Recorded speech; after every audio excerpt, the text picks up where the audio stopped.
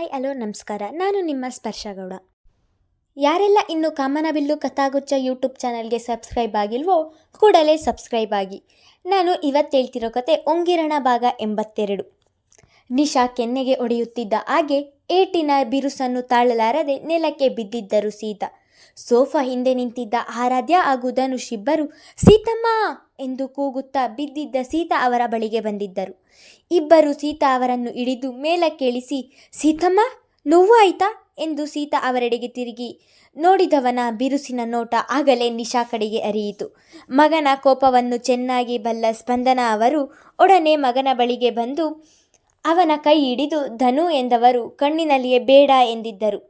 ಅವಳು ಈಗ ಏನೇ ಮಾಡಿದರೂ ಮನೆಗೆ ಬಂದಿರುವ ಅತಿಥಿ. ಈಗ ಧನು ಏನಾದರೂ ಕೋಪದಲ್ಲಿ ಮಾತನಾಡಿದರೆ ಅವರು ತಪ್ಪು ತಿಳಿಯುತ್ತಾರೆ ಎನ್ನುವ ಯೋಚನೆ ಸ್ಪಂದನ ಅವರದು. ತಾಯಿಯ ಮುಖವನ್ನು ನೋಡಿದವನು ತನ್ನ ಕೋಪವನ್ನು ತಾನೇ ಹಾಗೆ ನಿಗ್ರಹಿಸಿ ಸುಮ್ಮನಾದನು. ಆದರೆ ಆರಾಧ್ಯ ಹುಟ್ಟಿದ ದಿನ ಸೊನಾಲಿ ಆಸ್ಪತ್ರೆಯಲ್ಲಿ ಬಿಟ್ಟು ಹೋದಾಗಿನಿಂದ ಅವಳನ್ನು ತಾಯಿಯ ರೀತಿ ಆರೈಕೆ ಮಾಡಿದ್ದು ಸೀತಾ ಅವರು. ಆರಾಧ್ಯಳಿಗೆ ಸೀತಾ ಅವರ ಜೊತೆ ಯಾವುದೇ ರಕ್ತ ಸಂಬಂಧ ಇಲ್ಲ ಎಂದರೂ ಸಹ ಇಬ್ಬರ ಮಧ್ಯೆ ಒಂದು ಒಳ್ಳೆಯ ಬಾಂಧವ್ಯ ಇದೆ. ಸೀತಾ ಅವರಿಗೆ ಸ್ವಲ್ಪ ನೋವಾದರೂ ಸಹಿಸುವುದಿಲ್ಲ. ಅವಳು ಯಾವಾಗಲೂ ಶಾಂತ ಸ್ವರೂಪಿಣಿಯಂತೆ ಇರುತ್ತಿದ್ದವಳ ಕಣ್ಣುಗಳು ಇಂದು ಕೋಪಕ್ಕೆ ಜ್ವಾಲೆಯಾಗಿದ್ದವು. ಹಿಡಿದಿದ್ದ ಸೀತಾ ಅವರ ಕೈ ಬಿಟ್ಟು ನಿಂತಿದ್ದ ನಿಶಾಳ ಮುಂದೆ ಹೋದವಳು, ನಿಮ್ಮ ಮನೆಯಲ್ಲಿ ಕೆಲಸ ಮಾಡುವವರನ್ನು ಕೆಲಸದವರ ಹಾಗೆ ನೋಡಬಹುದು, ಆದರೆ ನಮ್ಮ ಮನೆಯಲ್ಲಿ ಆಗಲ್ಲ. ಸೀತಮ್ಮ, ನಾನು ಹುಟ್ಟುವುದಕ್ಕೂ ಮುಂಚೆಯಿಂದಲೂ ನಮ್ಮ ಮನೆಯಲ್ಲೇ ಇರುವವರು. ಹಗಲು ರಾತ್ರಿ ಎನ್ನದೆ ನಮಗಾಗಿ ದುಡಿಯುವವರು. ಅವರು ನಮ್ಮ ಕುಟುಂಬದ ಸದಸ್ಯರಲ್ಲಿ ಒಬ್ಬರು. ಅವರನ್ನು ನಾವು ಎಂದಿಗೂ ಕೆಲಸದವರ ಹಾಗೆ ನೋಡುವುದಿಲ್ಲ. ಅಂಥದ್ದರಲ್ಲಿ ಅವರ ವಯಸ್ಸನ್ನು ಕೂಡ ಲೆಕ್ಕಿಸದೆ ಎಷ್ಟು ಧೈರ್ಯದಲ್ಲಿ ಅವರ ಮೇಲೆ ಕೈ ಮಾಡಿದೆ ನೀನು. ಮೊದಲು ಅವರ ಬಳಿ ಕ್ಷಮೆ ಕೇಳು ಎಂದಳು. ಆರಾಧ್ಯಳ ಮಾತು ಕೇಳಿ ಅಲ್ಲಿರುವವರಿಗೆಲ್ಲರಿಗೂ ಆಶ್ಚರ್ಯವಾಯಿತು. ಎಂದಿಗೂ ಯಾರ ಮುಂದೆ ಧ್ವನಿ ಏರಿಸಿ ಮಾತನಾಡಿದವಳಲ್ಲ ಅವಳು. ಇಂದಿನ ಅವಳ ಮಾತಿನ ಧಾಟಿಯೂ ಬದಲಾದಂತಿತ್ತು. ಮುದ್ದು, ಅವಳು ಫಾರಿನ್ನಿಂದ ಬಂದಿದ್ದಾಳೆ, ಅವಳಿಗೆ ಇದೆಲ್ಲ ಹೊಸದು. ಪರವಾಗಿಲ್ಲ ಬಿಡು ಎಂದು ಸ್ಪಂದನ ಅವರು ಹೇಳುತ್ತಿದ್ದ ಹಾಗೆ, ಎಲ್ಲಿಂದರಾದರೂ ಬರಲಿ ಮಮ್ಮಿ, ಅದು ನನಗೆ ಬೇಕಾಗಿಲ್ಲ. ದೊಡ್ಡವರು ಎನ್ನುವ ಮರ್ಯಾದೆ ಸ್ವಲ್ಪನಾದರೂ ಇರಬೇಕಲ್ಲ. ಇವಳು ನನ್ನ ಸೀತಮ್ಮನ ಮೇಲೆ ಕೈ ಮಾಡಿದ್ದಾಳೆ, ಇವಳು ಕ್ಷಮೆ ಕೇಳಲೇಬೇಕು ಎಂದು ಪಟ್ಟು ಹಿಡಿದು ನಿಂತಳು. ವಾಟ್? ನಾನು ಕೆಲಸದವಳ ಬಳಿ ಕ್ಷಮೆ ಕೇಳಬೇಕಾ? ನೆವರ್. ಹೌದು, ಮಾಡಿದ ತಪ್ಪಿಗೆ ಕ್ಷಮೆ ಕೇಳಲೇಬೇಕು ಎಂದಳು ಮತ್ತೊಮ್ಮೆ. ಆರಾಧ್ಯ, ಕ್ಷಮೆ ಯಾಕೆ? ಪರವಾಗಿಲ್ಲ ಬಿಡು ಎಂದು ಧನುಷ್ನ ಪಕ್ಕ ನಿಂತಿದ್ದ ಸೀತಾ ಅವರು ಹೇಳುತ್ತಿದ್ದ ಹಾಗೆ, ನೀವು ಸುಮ್ಮನೆ ಇರಿ ಸೀತಮ್ಮ ಎಂದು ಸೀತಾ ಅವರಿಗೂ ಕೂಡ ಗದರಿದಳು. ಹೌದು ನಿಶಾ, ನೀನು ಅವರ ಮೇಲೆ ಕೈ ಮಾಡಬಾರದಿತ್ತು, ನಿನ್ನದೇ ತಪ್ಪು. ಮೊದಲು ಅವರ ಬಳಿ ಕ್ಷಮೆ ಕೇಳು ಎಂದನು ಜಯಂತ್. ಅಣ್ಣನ ಮಾತಿಗೆ ಅವನನ್ನೇ ನೋಡಿದರೆ ಕಣ್ಣಿನಲ್ಲಿ ಕ್ಷಮೆ ಕೇಳು ಎಂದು ಮತ್ತೊಮ್ಮೆ ಹೇಳಿದನು. ಈಗ ಅವಳಿಗೆ ಕ್ಷಮೆ ಕೇಳದೆ ಬೇರೆ ದಾರಿ ಇಲ್ಲ ಎನಿಸಿ ಧನುಷ್ ಪಕ್ಕ ನಿಂತಿದ್ದ ಸೀತಾ ಅವರಿಗೆ ಬಂದವಳು, ಸಾರಿ ಆಂಟಿ, ಗೊತ್ತಿಲ್ಲದೆ ನನ್ನಿಂದ ತಪ್ಪಾಯಿತು ಎಂದು ಮೆಲುಧ್ವನಿಯಲ್ಲಿ ಹೇಳಿದಳು. ಪರವಾಗಿಲ್ಲ ಬಿಡಮ್ಮ ಎಂದರು ಸೀತಾ.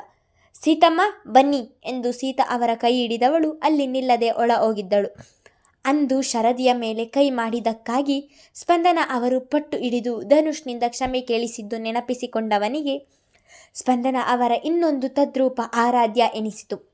ಯಾವಾಗಲೂ ಮೌನವಾಗಿರುತ್ತಾಳೆ, ಯಾರು ಏನೇ ಹೇಳಿದರೂ ಕೇಳಿ ಸುಮ್ಮನಾಗುತ್ತಾಳೆ ಎಂದು ತಿಳಿದಿದ್ದ ಜಯಂತ್ ಆಲೋಚನೆಯನ್ನೇ ತಪ್ಪು ಮಾಡಿದ್ದಳು ಆರಾಧ್ಯ. ಅವಳು ಮಾತನಾಡಿದ್ದನ್ನು ನೋಡಿ ಒಂದು ಕ್ಷಣ ಅವನು ಕೂಡ ಹೆದರಿದ. ತಪ್ಪು ತಿಳಿಯಬೇಡಿ ಜಯಂತ್, ನನ್ನ ಮಗಳು ಮೇಲು ಕೀಳು, ಶ್ರೀಮಂತರು ಬಡವರು ಎನ್ನದೆ ಎಲ್ಲರನ್ನೂ ಸಮಾನವಾಗಿ ನೋಡುತ್ತಾಳೆ. ಅವಳೇ ಹೇಳಿದ ಹಾಗೆ ಸೀತಕ್ಕ ನನ್ನ ಮಗಳು ಹುಟ್ಟುವ ಮುಂಚೆಯಿಂದನೂ ಇದೇ ಮನೆಯಲ್ಲಿ ಇದ್ದಾರೆ. ನಾವು ಯಾರೂ ಅವರನ್ನು ಕೆಲಸದವರು ಎಂದು ತಿಳಿದಿಲ್ಲ. ಕೋಪಕ್ಕೆ ಹಾಗೆಲ್ಲ ಮಾತನಾಡಿ ಹೋದಳು ಎಂದರು ಮಿಥುನ್. ಎಷ್ಟೇ ಆದರೂ ಮಗಳನ್ನು ಮದುವೆಯಾಗಲು ಹೊರಟಿರುವವನು ಎಲ್ಲಿ ತನ್ನ ಮಗಳನ್ನು ತಪ್ಪು ತಿಳಿಯುತ್ತಾನೋ ಎಂದು ಅವನಿಗೆ ಸ್ಪಷ್ಟನೆ ಕೊಟ್ಟಿದ್ದರು. ಪರವಾಗಿಲ್ಲ ಅಂಕಲ್, ನಿಮ್ಮ ಮಗಳ ಈ ಗುಣವೇ ನನಗೆ ತುಂಬ ಇಷ್ಟ. ಯಾವ ಮುಚ್ಚುಮರೆ ಇಲ್ಲದೆ ಹೇಳಿದ್ದನ್ನು ಆದರೆ ಒಬ್ಬ ಕೆಲಸದವಳ ಬಳಿ ನಾನು ಕ್ಷಮೆ ಕೇಳಿಸಿದರಲ್ಲ ಎಂದು ಅಸಾಧ್ಯ ಕೋಪಗೊಂಡಿದ್ದಳು ನಿಶಾ. ಅಂಕಲ್, ನಾವಿನ್ನೂ ಹೊರಡುತ್ತೇವೆ ಎಂದನು. ಊಟ ಮಾಡಿ ಹೋಗಿ ಎಂದರೂ ಸಹ ನನಗೆ ಬೇರೆ ಕೆಲಸ ಇದೆ ಎಂದು ಹೇಳಿ ಅಲ್ಲಿ ನಿಲ್ಲದೆ ಇಬ್ಬರು ಹೊರಟಿದ್ದರು. ಅಣ್ಣ, ಇದೇನು? ಒಬ್ಬ ಕೆಲಸದವಳಿಗೆ ಇರುವ ಮರ್ಯಾದೆ ಆ ಮನೆಯಲ್ಲಿ ನಮಗೆ ಕೊಡಲಿಲ್ಲವಲ್ಲ ಅವರು ಎಂದು ಅಸಮಾಧಾನದಲ್ಲಿ ಹೇಳಿದಳು. ಆಗಲ್ಲ ನಿಶಾ, ಅವರೇ ಹೇಳಿದರಲ್ಲ, ಅವರು ತುಂಬ ದಿನದಿಂದ ಆ ಮನೆಯಲ್ಲಿದ್ದಾರೆ ಎಂದು, ಅದಕ್ಕೆ ಹಾಗೆ ಮಾತನಾಡಿದಳು ಅಷ್ಟೇ ಎಂದನು. ನಾನು ಆ ಮನೆಗೆ ಮದುವೆಯಾಗಿ ಹೋದ ನಂತರ ಮಾಡುವ ಮೊದಲ ಕೆಲಸವೇ ಮೊದಲು ಆ ಕೆಲಸದವಳನ್ನು ಆಚೆ ಹಾಕುವುದು ಎಂದಳು. ಜ್ಞಾನಜ್ಯೋತಿ ವಿದ್ಯಾಸಂಸ್ಥೆಯ ಶಾಲಾ ವಾರ್ಷಿಕೋತ್ಸವ ಇನ್ನು ಕೆಲವೇ ದಿನಗಳಲ್ಲಿ ನಡೆಯುವುದರಲ್ಲಿತ್ತು. ಅದರ ಪೂರ್ವ ತಯಾರಿ ಆಗಲೇ ಶಾಲೆಯ ಆವರಣದಲ್ಲಿ ನಡೆಯುತ್ತಿತ್ತು. 3 ದಿನದ ಮುಂಚೆಯೇ ಶಾಲೆಯ ಆವರಣದಲ್ಲಿ ಒಂದು ದೊಡ್ಡ ವೇದಿಕೆಯನ್ನು ನಿರ್ಮಿಸಲು ಕೆಲಸಗಾರರು ಆಗಲೇ ತನ್ನ ಕೆಲಸವನ್ನು ಶುರು ಮಾಡಿದ್ದರು. ಧನು ತುಂಬ ದಿನಗಳಿಂದ ಶಾಲೆಯ ಕಡೆ ಹೋಗದವನು ಅಲ್ಲಿ ಕೆಲಸ ಹೆಚ್ಚಿದ್ದರಿಂದ ಅಂದು ಹೋಗಿದ್ದನು.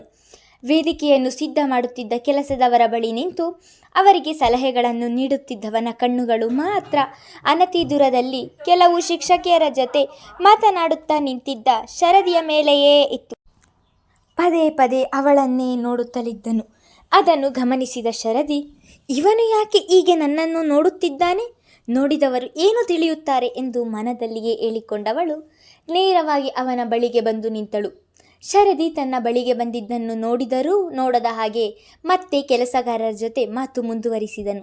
ಅಲ್ಲಿ ಕೆಲಸ ಮಾಡುತ್ತಿದ್ದ ಕೆಲಸಗಾರರು ಇನ್ನೊಂದು ಬದಿಗೆ ಹೋಗುತ್ತಿದ್ದ ಹಾಗೆ, ತುಂಬ ಸಮಯದಿಂದ ನೋಡುತ್ತಿದ್ದೇನೆ, ನೀನು ನನ್ನನ್ನು ಯಾಕೆ ಹಾಗೆ ನೋಡುತ್ತಿದ್ದೀಯಾ ಎಂದವಳ ನೋಟ ಬೇರೆಡೆಯೇ ಇತ್ತು.